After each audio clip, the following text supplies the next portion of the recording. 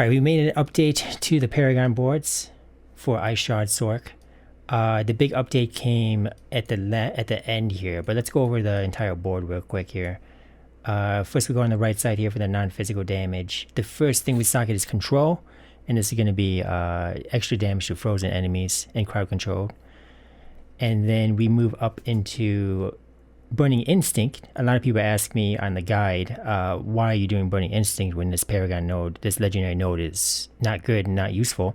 And that's because we don't use it.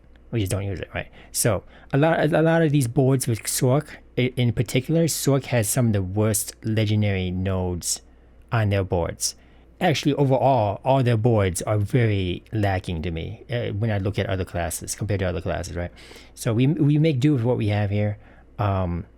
We get the attack speed here, although this attack speed can be later when you can actually sustain your mana.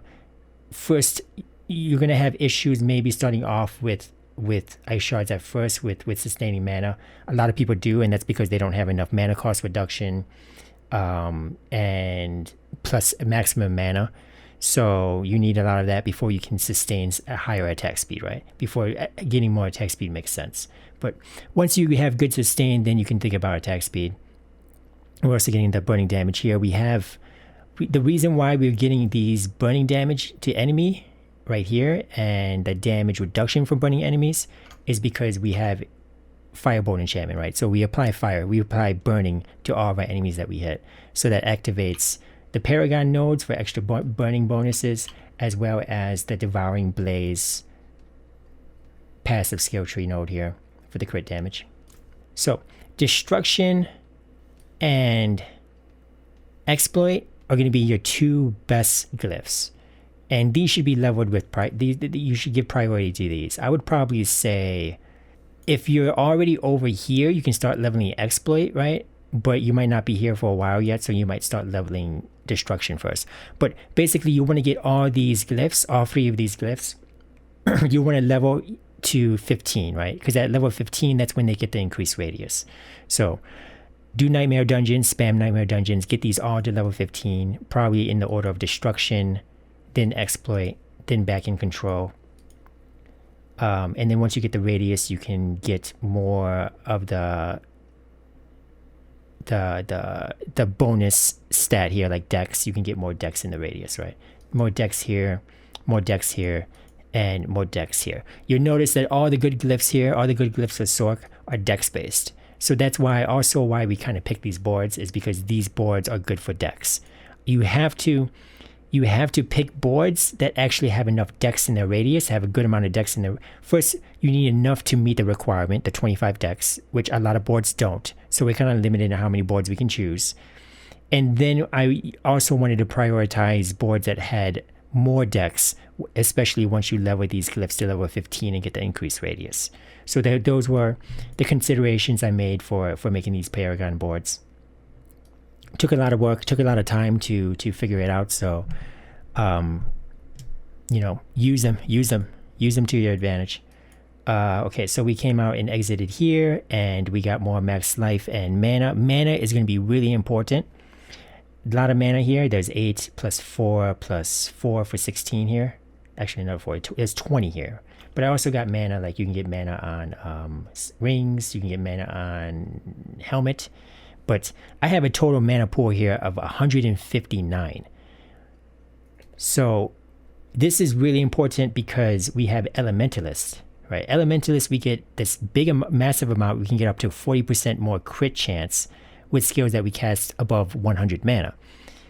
And with enough mana cost reduction, I brought my Ice Shards down to a 20 mana cost. So what does this mean? This means that with 159 mana, my first 3 casts that I do are above 100 mana and get the Elementalist bonus. So when you're dumping, you're gonna this is a bursty build. You're gonna line up everything. You're gonna teleport on enemies, stun them with Raiment of the Infinite if you have it, Frost Nova them, and then start bursting them as fast as possible while they're frozen, stunned, and vulnerable, right? So you line up all your damage and then you burst. So this is why having a high mana pool is important, because now I have my first 3 casts getting Elementalist buff for that, right? And then like if you're doing like a really long fight, like against a ward boss, you're going to want to try to just cast when you're only above 100 mana. And this allows me to just shoot 3 times and then wait a bit, and then shoot 3 times and wait a bit. Let it generate again, right? So you try to stay above 100 mana for really long fights, but when you're bursting things down, usually you just keep casting rapid fire and emptying your pool as fast as possible. Higher mana pool also means it's going to take me longer to actually empty out and go out of mana. So I'm gonna my sustain damage lasts for longer, right? So yeah, that's why mana. That's why this is so important. This board, going through this board here. In addition to also we are getting attack speed here. So we come up here, and the conjuration skill nodes here are useless, but you can kind of go around here, and just go around here, and just pick up the attack speed, right? Attack speed nodes here. Okay. And once again, legendary node, completely useless. This glyph socket, really bad. It's not a dex glyph socket. You can't even fit it. You know, nothing good can be really put in here. I might consider putting something in there eventually, maybe as the last step here, especially if you have a glyph that's level to 15. Then you have like more options. You have more options to put in there with level 15 glyphs. But for now, the three most important dex glyphs are being used.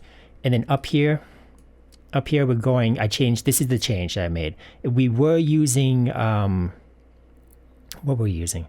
I think we were using, I forgot what we're using. But I changed it to Ceaseless Conduit because this is a better dex spot for Exploit. And Exploit's really good because it's increased vulnerable damage to vulnerable targets, which is a separate multiplier. It's separate from other things like damage to burning or crowd control or stun, frozen, or even like damage while healthy, damage to injured. That kind of stuff is all like additive in the same damage pool. So those bonuses are going to be very diminished eventually, especially when you're stacking a lot of it, right? Eventually you're going to stack like maybe hundreds of it, and it's going to become very diminished. So vulnerable damage, really good here. We have 32% vulnerable damage already here from getting the level 15 and getting all the surrounding decks here. Same with this thing. This thing is, so this is the 88% damage to crowd control, right? Very diminished. It's actually worth less than that for 40-ish vulnerable damage. But this is good because we have a 20% separate damage multiplier on control. The additional bonus is what really sells this one.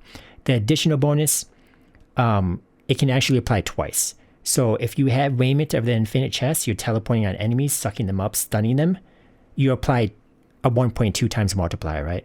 And then you freeze them with Frost Nova, you apply another 1.2 times multiplier, right? And these are separate multipliers. So what does that mean?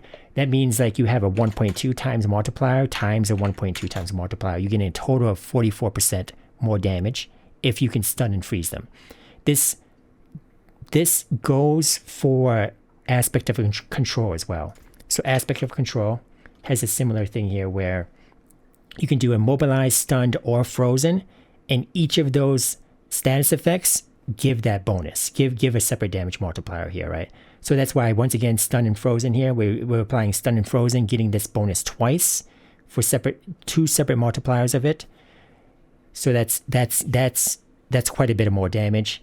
Immobilize is another one you can do, but immobilize can be a little trickier to pull off. Some people use, like, you can use Meteor to apply immobilize, but for the most part, I don't really feel like it's worth trying to get the immobilize in there with how it's basically just adding an extra step to your rotation, and you either have to fill out an enchantment slot or a skill bar slot for Meteor. So I don't really feel like it's worth it in any practical use here in the game right now. Just to get that extra damage, so we're just not doing their mobilize. Okay, so we come up here, get the glyph socket. There's a lot of good, there's like not really good stuff here actually. These nodes kind of suck, right? But we need the dex for the bonus and the lightning resistance.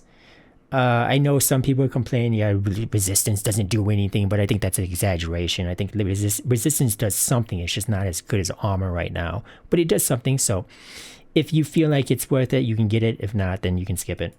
But this is where I'm at level 85. So continuing from here, it's going to be here. We got some damage to elites and move speed after killing elites. And then what else do we have? Nothing else good here, right? So at this point, there's like some damage reduction from elites and armor here for survivability. That's okay to grab. Damage reduction from enemies that are burning. That's okay to grab. So that's what I have for now. I'll update you guys with the rest eventually.